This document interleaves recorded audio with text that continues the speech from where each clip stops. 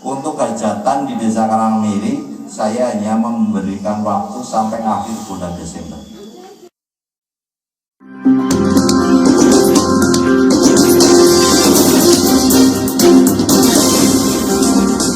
Audio Jungle. Berkaitan dengan menyikapi masalah pandemi COVID.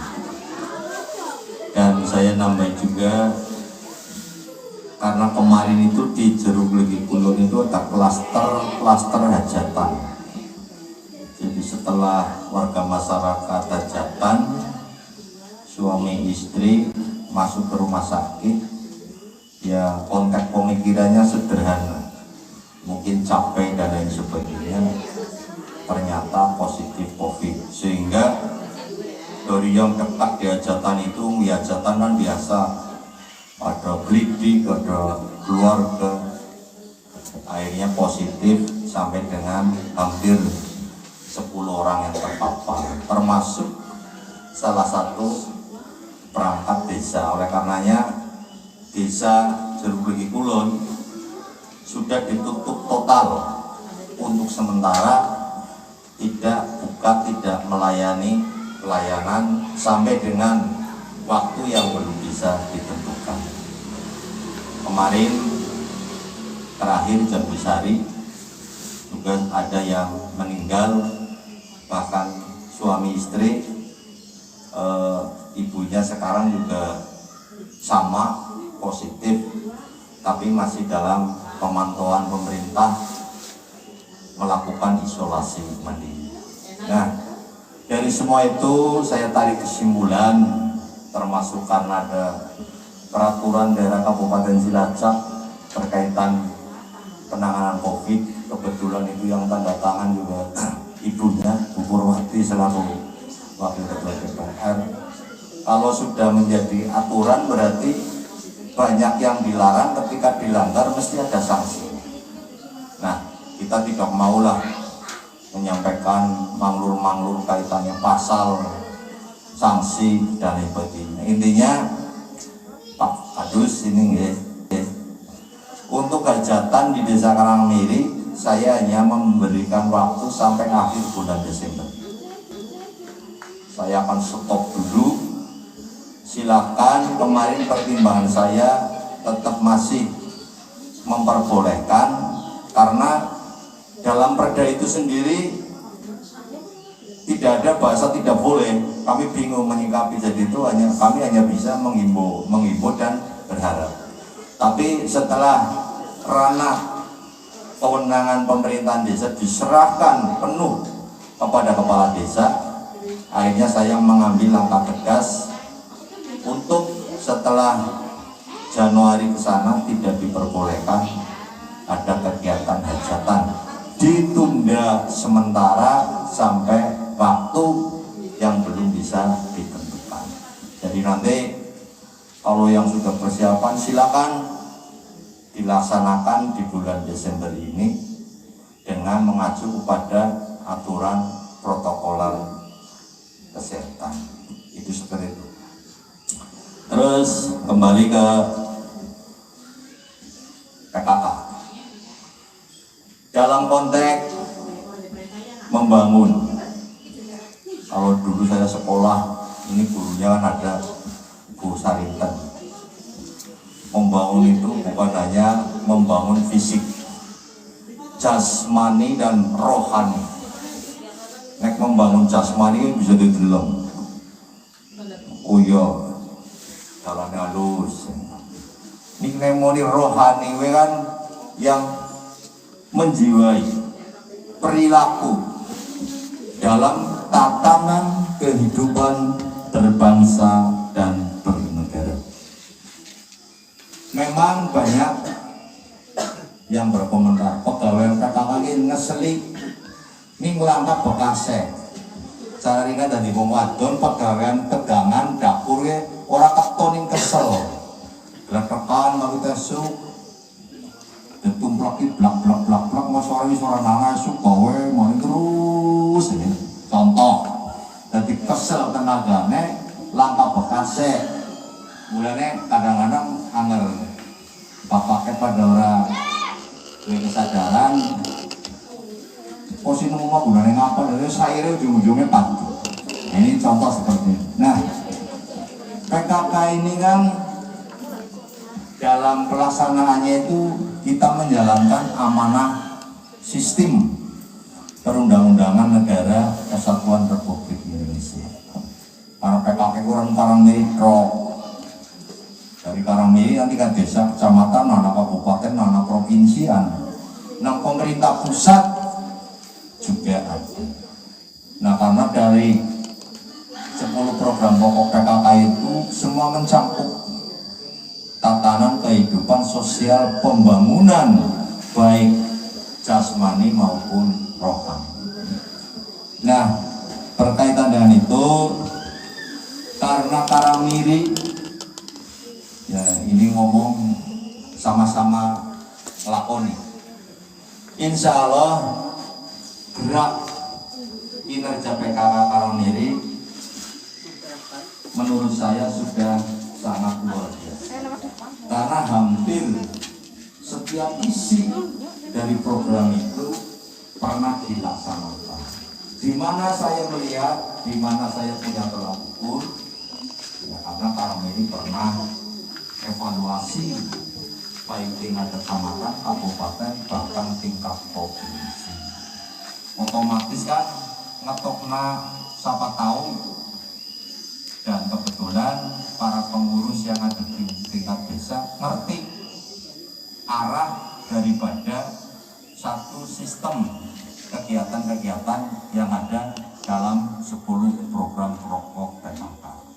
Kesehatan, pendidikan, lingkungan, macam-macam. Nah berkaitan dengan itu, kewajiban pemerintah desa ini mensikapi dan menopang pembiayaan. Insya Allah Pak Sito, di tahun 2021 ini yang berkaitan dengan kesehatan, nanti kami alhamdulillah mendapatkan aspirasi dari Ibu, karena kebetulan beliau anggota DPR, Wakil Ketua, untuk bantuan jambanisasi sekitar untuk, berarti kalau kardus itu berapa dapat jatah? 20 sama 5 ya? Sekitar 25 bantuan jamban. Kalau satu desa, enggak. Kalau satu desa itu totalnya mendapat bantuan itu 80 sama sekitar 100. Nah kalau dapat 25 berarti adil ini, berarti satu kardus dikasih 25. Terus yang kedua, saya prioritaskan pembangunan fisik di kardus itu. Insya Allah akur cerita terbukti bahwa memang daerah pinggiran ini perlu diangkat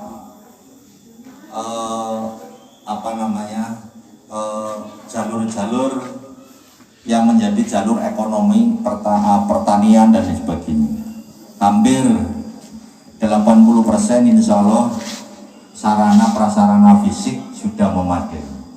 Nah di tahun yang sama besok, tahun depan, ada program TMMD untuk membangun pengaspalan jalan yang baru saya bangun kemarin itu, dari Karangablik sampai ke wilayah Jambusari. Cuman karena terbatasnya anggaran, mungkin hanya terbiayai kurang dari separuh dulu, sampai batas itu sawah ya Pak Sito ya, itu di tahun 2001. Kenapa saya berpikir untuk membuka akses jalan antar desa penghubung di sana? Satu pertimbangan bahwa satu-satunya lokasi pertanian yang mengangkat perekonomian desa Karangmiri ada di sana, banyak sawah. Yang kedua, kita berpikir bukan hanya saya jabat jadi Pak Kuswati kan ngesuk 6 tahun maning rampung. Jangan. Kalau bisa sisa bekas pemikiran karya-karya saya ini bisa dinikmati sampai ke anak cucu panjenengan. Kalau saya membangun jalan ke sana itu, jenengan nanti suatu saat yang tabungan tanah di sana bisa untuk pengembangan pemukiman. Jadi ora ublok nang bengene siki kan kalau di sekelas seperti ini ya, golet tanah nang pinggir dalan wis angel banget. Anak duitnya nana ya langkat tanah. Itu salah satu seperti itu. Nah, kalau pengembangan pemukiman di sana juga insya Allah kami akan mendapatkan proyek pembangunan embung untuk mencukupi kebutuhan air minum warga masyarakat termasuk sarana pertanian. Nah itu sudah kami konsep sama Bu Sekdes supaya embung itu nanti akan dikolaborasi menjadi satu daerah wisata di sana. Nah mudah-mudahan kalau itu nanti bisa terlaksana, insya Allah di satu sisi akan memberikan satu nilai plus terhadap Desa Karangmiri dalam rangka berpacu untuk bersaing dengan desa-desa yang lain. Syukur ke depan Karangmiri jadi desa maju, Allahumma. Itu seperti itu. Nah saya insya Allah sebelumnya terima kasih diberi kepercayaan untuk mencurahkan pengabdiannya kepada masyarakat, bangsa dan negara sudah untuk kali ketiga periode. Insya Allah sisa akhir jabatan saya akan kami curahkan fokus untuk menyempurnakan apa-apa yang selama ini belum bisa tercover dalam program menyangkut kepentingan hajat hidup orang banyak, mulai dari pembangunan fisik, sarana ibadah, macam-macam. Dan juga ada hal yang sangat penting untuk skala desa, yaitu kaitannya lanjutan jalan digit, utama insya Allah di tahun 2021 ini juga kami mendapatkan anggaran, cuman belum bisa selesai. Yang dulu targetnya sampai ke batas pengadegan karena terbatasnya anggaran di situasi pandemi COVID seperti ini. Makanya kita prihatin dengan kondisi-kondisi ini. Banyak sekali anggaran-anggaran yang dipangkas untuk dibagikan langsung kepada masyarakat. Jadi Karangkemiri, dana desa, ADD, apa saja yang bersumber dari pemerintah itu di tahun 2020 itu kisaran antara 850 juta yang untuk masyarakat jenengan semua menikmati. Sing ora kebagian beras ndok yang kebagian duit. Wis kowe aku yakin orang sing keliwat lah, karena nyong ngerti datanya. Itu seperti itu. Kalaupun ana sing keliwat ya memang kan ora patut terima. Itu seperti itu. Jadi ini bantuan-bantuan yang memang mereka yang sing ora oleh beras ndok apa ya insya Allah oleh beda rumah dan sebagainya. Itu makanya kondisi keuangan desa pun sangat-sangat memprihatinkan. Tapi hal-hal yang wajib insya Allah akan kami selesaikan di bulan ini, yang akhir tahun ini.